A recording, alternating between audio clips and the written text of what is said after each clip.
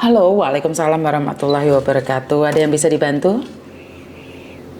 Ya, Miss, saya mau curhat sih dari pengalaman saya kerja di sini kayak gitu. Oke, sebentar Agent ya. terutama. Sebentar ya, tapi ingat ya, jangan pernah menyebut nama siapapun termasuk namamu sendiri karena saya tidak ingin setelah viral kalian minta take down. Oke, curhat tentang agent. Maksudnya gimana? Jadi gini, Miss, dulu tuh saya punya agent, nah, tapi orang sini, orang Hong Kong. Terus saya itu kerja kan di rumah majikan itu kan setahun sekali itu kan syuting pisah kan, stand pisah kayak gitu. Terus kan saya tanya dong sebagai anaknya dia, saya tanya ke dia bahwa pisah itu saya yang harus bayar apa majikan saya. Tapi agent saya itu mengatakan bahwa saya yang harus bayar katanya. Tidak perlu, saya tidak perlu ngomong sama majikan kayak gitu. Majikan kamu nggak usah bayar, ini urusan kamu sama aku. Itu menurut Miss Yuni bagaimana ya kalau agent seperti itu? Iya, saya kurang tahu agent seperti itu seperti apa. Yang saya tahu adalah saya cuma berbicara tentang peraturan yang ada di mana visa medical kontrak kerja itu yang menanggung majikan. Jadi kalau ada agent yang mengatakan bahwa itu antara kau dan aku, saya kurang tahu itu agent seperti apa. Mungkin agent yang tidak tahu aturan atau agent yang cari keuntungan saja. Oke, soalnya saya pernah menanyakan itu ke dia dan saya tidak boleh menegur ke majikan. Bahkan waktu itu saya udah pernah bayar ke agent saya tuh 720 kan. Nah, waktu itu sama dia itu nggak diproses ke imigrasi. Ternyata surat yang visanya itu datang ke rumah majikan saya. Terus? Suratnya itu majikan saya yang menerima dan majikan saya bilang ini visa itu kamu yang bayar. Dan setelah aku gajian itu majikan aku tuh memotong uang gajiku 230 untuk membayar visa itu karena agentku ngomong sama majikanku bahwa visa itu aku yang bayar bukan dia kayak gitu loh, Miss. Seperti yang saya katakan tadi, bahwa pembantu tidak boleh bayar lebih dari 10%. Jadi kalau visa pun itu yang bertanggung jawab adalah majikan. Jadi tidak ada hubungan dengan kamu. Kenapa kamu waktu bayar ada resitnya enggak?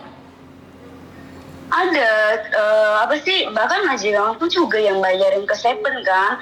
Dia bayarin 230, tapi pas aku gajian itu dia ya potong uang yang 230 itu dari uang gajiku. Karena agent ngomong sama majikanku, bisa yang bayar aku, bukan majikanku, kayak gitu. Oke, yang saya tanyakan adalah waktu kamu bayar agentmu ada resitnya enggak? Oh enggak, soalnya aku kalau ketemu sama agentku selalu di taman, nggak pernah ke kantor. Terus bagaimana orang percaya bahwa kamu bayarin agentmu? Bisa aja kamu bohong. Enggak, soalnya gini nih, aku ada buktinya, soalnya kan aku selalu WhatsAppan sama dia kayak gitu kan. Kamu Tapi screenshot WhatsApp-nya. Kamu screenshot WhatsApp-nya. Jadi sebagai bukti bahwa agentmu narik kamu lebih dari 10%. Oke. Ini soalnya agentku tuh gini loh, Miss, selama aku ikut sama dia 4 tahun itu aku nggak pernah ketemu, nggak pernah diajak ke kantornya. Aku selalu ketemu itu kalau di MTR, kadang di taman dekat rumahnya dia kayak gitu. Dan aku komunikasi sama dia itu lewat WhatsApp.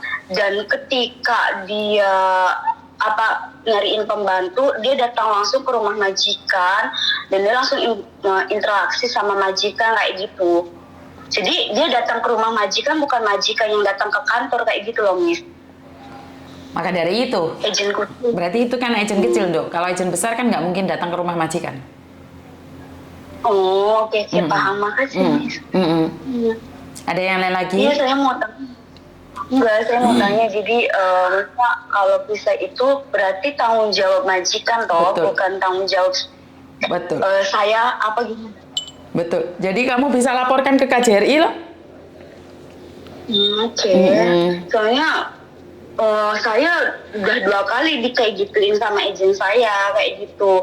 Awalnya saya diem kan, ya udahlah karena saya udah niat mau kerja toh. Yang pas setahun itu kan saya udah kerja kan, udah setahun di rumah majikan. Wajar dong saya tanya ke agent saya. Saya panggilnya Anti ke agent saya. Anti, tanggal segini kan visa saya habis, saya harus extend visa, dan itu pembayarannya siapa yang bayar gitu kan. Jadi kamu yang harus bayar. Terus saya tanya dong, berapa bayarnya? 720 waktu itu dia bilangnya, katanya 230 buat visa, sisanya buat dia jalan dia ke imigrasi. Oke lah, mungkin waktu itu saya masih bodoh kayak gitu kan, karena dia mau kerja. Oke, tak kasih dong. Terus saya tanya mau ketemu di mana, dia bilang ketemu ya di NPR Kowloon Bay. Oke, akhirnya ketemu kan. Setelah ketemu sebulan kayaknya bisa saya mau itu, kok tiba-tiba ada surat datang ke rumah majikan dari imigrasi. Dan majikan saya tanya, kok ada surat dari imigrasi datang, kamu belum bikin extend visa? Terus saya jelaskan dong kepada majikan, saya sudah datangi anti, bahkan saya sudah ketemu, dan saya sudah ngasih uang ke anti untuk bikin visa. Saya tidak tahu kenapa ini surat datang ke sini. Terus dia telepon dong sucetku sama agenku.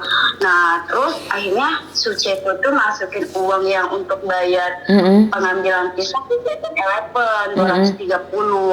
Setelah itu sucetku ngomong, ini uang resit kamu bayar visa, nanti kamu gajian saya potong. Ya udah kayak gitu, karena emang agent ngomongnya ke aku, katanya dia aku yang bayar bukan dia. Akhirnya aku okein aja kan daripada ribut. Nah, kok beriringnya waktu aku diem, kok agent gue tuh sering banget manfaatin aku kayak gitu loh. Soalnya kejadian ini tuh bukan sekali dua kali kayak gitu loh, Mem. Karena kan satu, saya kurang bahasa, kedua dia kan bukan orang Indo, orang asli Hong Kong kan. Dulu aku juga pernah kerja lah di suatu daerah gitu kan, kakekku meninggal, aku dipinisin kan, aku sama majikan itu di majikan. Jadi sekarang sama dia dipotong tuh 4 bulan tuh, lumayan gede banget kan. Sempet cekcok, terus di luar bisa juga aku yang bayar.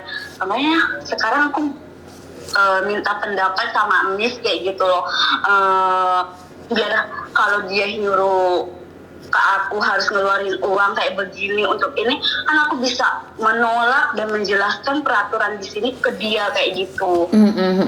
Jadi sebenarnya sekali lagi saya jelaskan tadi bahwa seorang pembantu tidak boleh bayar melebihi dari 10%. Jadi buat teman-teman, ini yang sering saya katakan bahwa kalau kalian tidak tahu, lebih baik konsultasi sama KJRI langsung, datang aja ke KJRI, karena kalian tidak boleh bayar seperti itu. Paham nggak maksudku? Iya, paham. Jadi tidak perlu bayar seperti itu. Ada yang lain lagi? Ya, soalnya Mbak cuma tanya kayak gitu, soalnya ya itu, soal aku pernah ngomong sama agentku, tapi agentku tuh selalu kayak gitu orangnya, gak mau kalah kayak gitu. Kayak gimana ya, maksudnya udah dijelasin kalau bisa itu haknya majikan, tapi dia bilang karena dia nggak mau ribet sama majikan aku kayak gitu kan, jadi nyuruh anak buahnya yang bayar kayak gitu loh. Paham. Tapi masalahnya kan bukan masalah ribet enggaknya, dia mau ambil keuntungan dari kamu, benar nggak? Iya, saya paham itu kan, karena saya nggak mau ribet, jadi dia kayak seakan-akan manfaatin kepolosannya saya kayak gitu. Makanya kan saya pengen belajar lebih tegas ke agentku gitu loh, bahwa di Hong Kong tuh ada peraturan kayak begini, yang bukan tanggung jawab saya ya kamu harus bilang sama majikanku, karena itu kan majikanku yang ngambil aku, berarti kan dia yang harus bertanggung jawab atas aku dong, apalagi itu kan bisa kan. Betul. Tapi kan agentku gimana ya, agentku tuh udah dikasih tahu, tapi kayak bilang sama aku tuh nggak seperti apa yang aku harapin gitu loh, Miss. Jadi harus aku yang ngalah, tapi dia nggak mau ngomong sama majikan, kan kayak lucu kayak gitu. Maksudnya gimana ya, kan dia itu kan pelantara aku, dan majikanku kan yang ambil aku, kan otomatis kan ada apa-apa kan dia harus ngomong dong sama majikan aku, bukan dia harus kayak ya udahlah nggak apa-apa kamu yang bayar kayak gitu. daripada nanti aku bilang sama majikanmu banyak omong dan ribet, ya menurut aku ya majikanmu banyak omong atau enggak ya itu udah resikonya dia ngambil pembantu, harus membayar pisahku kayak gitu loh. Tapi agentku tuh nggak kayak gitu, makanya kenapa aku mau hubungin Umis, aku harus gimana. Tadi kan saya sudah jelaskan bahwa itu memang kewajibannya majikan. Jadi kalau agent tidak menjelaskan, kamu sekarang kan bisa menjelaskan. Ambil kontrak kerja kamu di halaman pertama itu di pasal 8, itu bisa dilihat. Itu menyatakan bahwa medikal, kontrak kerja, visa itu yang menanggung majikan. Oke, coba buka kontrak kerjamu halaman pertama di pasal yang ke-8. Ada nggak? Halo? Ada. Halo. Apa yang dikatakan di pasal 8? Bentar, Miss. Bentar dulu, Miss. Bentar ya.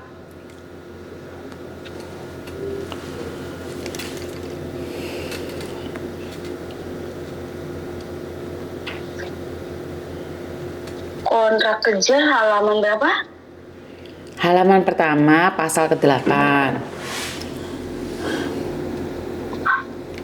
Tapi ini pakai bahasa Inggris loh. Iya dong, kan makanya saya nyuruh kamu paham tidak? Tidak bisa, ini pakai bahasa Inggris, maaf. Nah, berarti di situ tolong ditranslatein.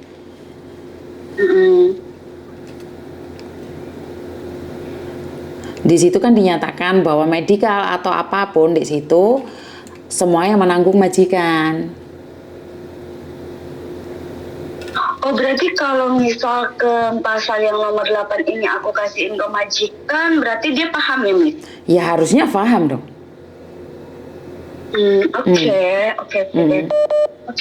Makasih loh, Miss, infonya, bahkan udah ngasih tahu bahwa di kontrak kerja itu pun tertulis kayak gitu. Dan saya kan nggak ngerti dan nggak paham kayak gitu. Jadi nanti kalau misalkan majikanku bertanya dan memotong extend visa lagi kayak gitu kan, ataupun nanti gimana, kan aku bisa menjelaskan lewat kontrak kerja ini yang di nomor 8, biar dia memahami. Nanti kalau dia emang nggak paham apa yang aku maksudkan, biar dia sendiri bertanya sama agentku. Karena ini kan masalahnya agentku sendiri aja tidak mau menjelaskan ini ke majikan kayak gitu, selalu kayak menindas saya kayak gitu, harus kayak nurutin apa yang dia omongin, sedangkan menurut saya itu bukan kewajiban saya kayak gitu loh. Betul. Ya emang sih tidak banyak, cuma 230, cuman kan maksudnya heran kenapa harus kayak begini gitu, bukan sekali 2 kali bahkan kayak begini ya gitu loh, Miss. Paham. Sekarang kamu sudah tahu kan kamu sendiri bisa menjelaskan ke orang lain bahwa visa itu tanggung jawab majikan apapun yang terjadi. Oke, iya Miss. Makasih Miss, udah mau dengerin aku, udah mau ngejelasin bahwa visa itu bahwa visa itu majikan yang bayar kayak gitu. Kamu tahu aku dari mana, sayang? Aku selalu nonton YouTube-nya Miss Yuni tiap hari. Dengan adanya YouTube itu menurutmu bagaimana? Menurutku luar biasa sih, bisa menginfokan informasi yang penting tentang pekerja migran di Hong Kong terutama. Banyak dapat pengalaman kayak gitu, jadi yang tidak tahu jadi tahu peraturan di Hong Kong. Terus ketika dapat agent yang tidak baik, kita mengerti bahwa agent kita begini kayak gitu. Jadi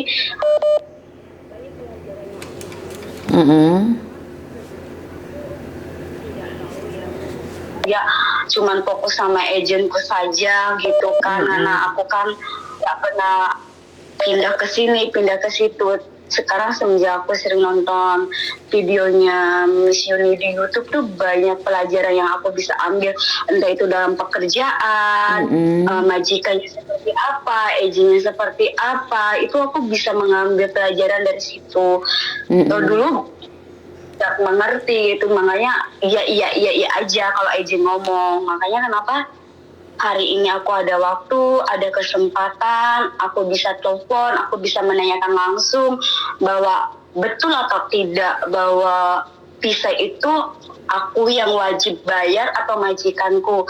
Karena gimana pun aku pengen ngerti, aku pengen paham yang sebenarnya kayak gitu, biar majikanku tidak seenaknya memotong untuk pembayaran visa punya aku kayak gitu, karena agentku yang tidak bertanggung jawab, tidak mau menjelaskan ke majikanku kayak gitu loh, Miss.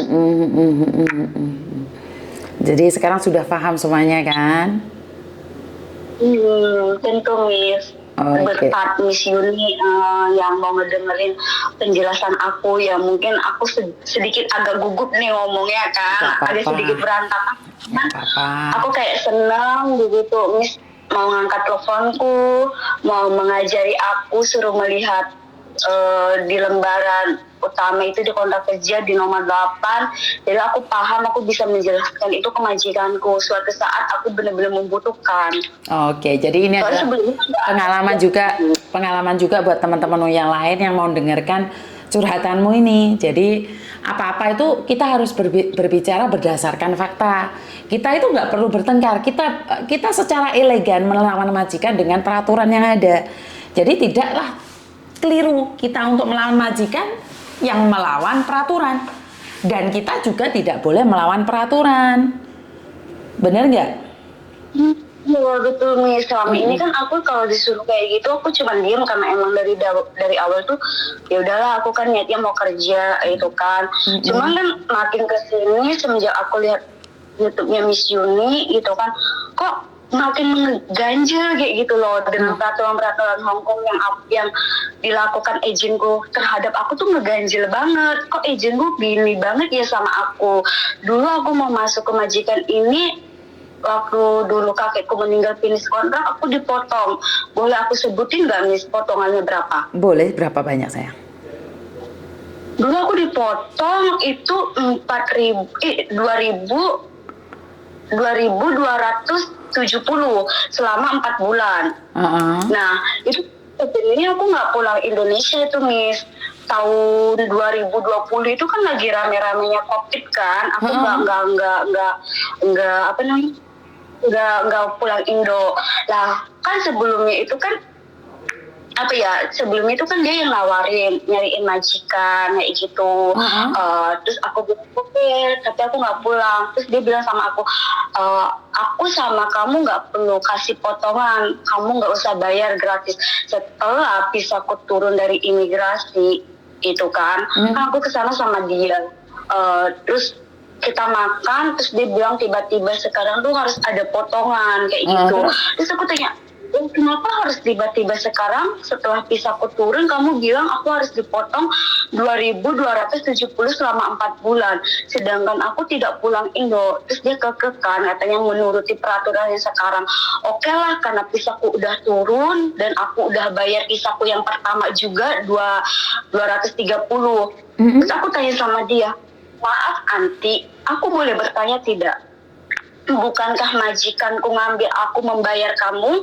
Kenapa visa awal aku masuk ke rumah majikan baru pun aku yang harus bayar 230? Aku bertanya seperti itu dong, kayak gitu. Dia bilang,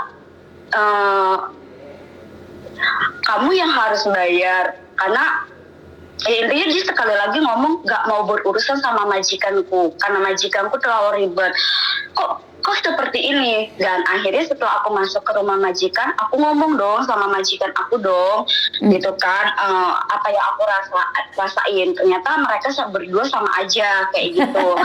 Ya udah, iya Miss, kan lucu ya, maksudnya majikan kan ngambil aku kan bayar ke dia kan, itu kan pertama aku masuk bayar 230, udah kayak gitu aku dipotong selama 4 bulan 2.270, dan itu aku nggak pulang ke Indonesia loh Miss, aku dipinisin loh. Boarding pun aku bayar sendiri, bisa mau masuk ke rumah majikan baru bayar sendiri, dipotong 4 bulan coba, bayangin coba. Aku segitunya kayak gitu loh. aku ikut sama dia tuh selalu kayak gitu loh, Miss. Nah, oke lah, aku masih diem. Nah, terus di bulan berapa itu kan aku mau extend visa, aku ketemu dia kan, WhatsApp kan. Ketemu di Columbia itu yang tadi aku ngomong, di MTL, dan terus dia ngomong sama aku harus membayar 720, ya kan, 500 lebihnya itu buat dia jalan ke imigrasi kayak gitulah. Bayar visanya kan cuma 230. Ternyata uangnya udah dikasih, surat datang ke rumah, ujung-ujungnya saya juga yang bayar kan, lewat 7-Eleven majikanku yang bayar. Ya udah kayak gitu. Makanya kenapa saya bertanya ini ke Miss Nuni kayak gitu. Sekarang biar saya sudah paham kan? Tahu. Sekarang sudah paham ya. Berarti kan kamu juga bisa berbicara dengan agenmu sama majikanmu. Saya kurang tahu, beberapa agen di luar sana itu nakal sekali sampai harus bayar seperti ini seperti itu. Tapi intinya adalah ya udah, hati-hati di luar sana, dan aku cuman bisa bantu doa ke depannya lebih baik lagi.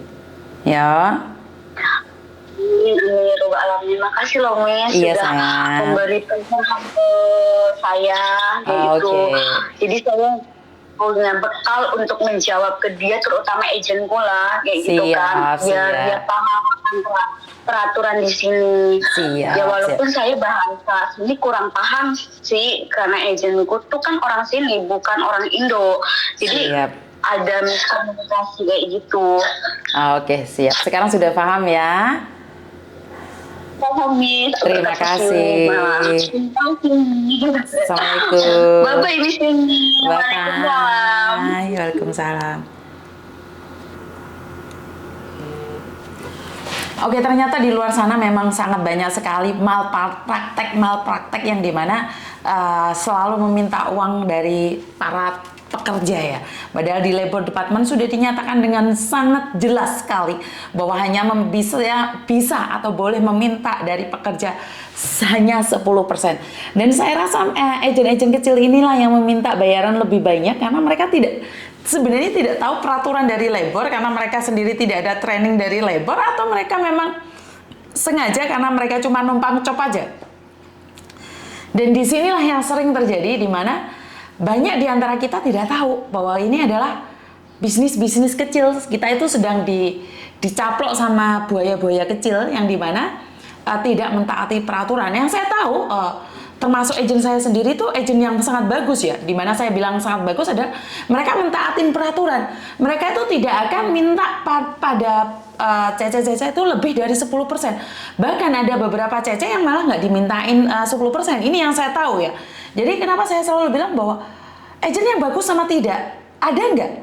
Saya tuh tidak bisa membedakan mana yang bagus sama mana yang tidak. Yang saya tahu adalah agen bagus satu, mentaati peraturan yang sudah diberikan oleh pemerintah Hong Kong dan pemerintah Indonesia. Itu adalah agen bagus. Itu menurut pendapat saya. Jadi buat teman-teman di luar sana, boleh nggak tuliskan komentar di bawah ini dan katakan pada saya agen bagus yang menurut versi kalian. Jadi kalau versi saya adalah agen bagus yang mentaatin peraturan, yang take care sama TKW-nya. Jadi saya minta rekomendasinya dari kalian, agen apa aja yang bagus, agen mana saja yang bagus. Boleh nggak tinggalkan komen, dan kalau agen kalian seperti ini potongannya berapa, dan ya ini sekalian promosi sama agen yang bagus. Jadi tolong kasih tahu saya agen yang bagus menurut versi kalian, dan agen yang tidak bagus agar lebih waspada bahwa sekarang ini dunia teknologi, dunia sosial media, tidak ada sesuatu praktek yang tidak bisa ditutupin. Jadi praktek sekarang itu semuanya dibuka lebar. Saya tunggu komen kalian tentang agen-agen kalian, komen-komen kalian tentang agen. Jadi kalau memang ada agen bagus, kenapa tidak? Kalau ada agen tidak bagus, apakah kita musnahkan? Tidak, kita kasih tahu peraturannya seperti ini, seperti itu.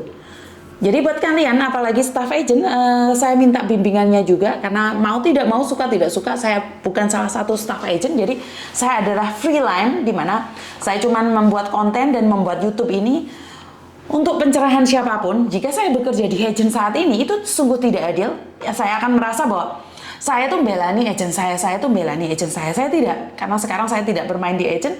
Tapi kalau ada cece yang kebetulan ada majikan, ada Pak, saya bantu saja, tapi proses pun tidak sama saya, karena saya sekali lagi bukan agent. Saya tekankan sekali lagi, saya bukan agent, tapi saya bisa membantu. Agent mana yang bisa saya percayakan, dan saya setidaknya bisa berhubungan dengan majikan kalian. Kalau seandainya ada sesuatu, suatu saat nanti, saya itu punya track record dengan majikanmu. Itu aja. Karena kepentingan saya tidak ada, karena saya tidak ada hak atas apapun. Jadi buat teman-teman di luar sana, sukses selalu. Berkat Tuhan mengalir atas hidup kita semua. Semoga semua makhluk hidup bahagia, dan terima kasih. Bye-bye.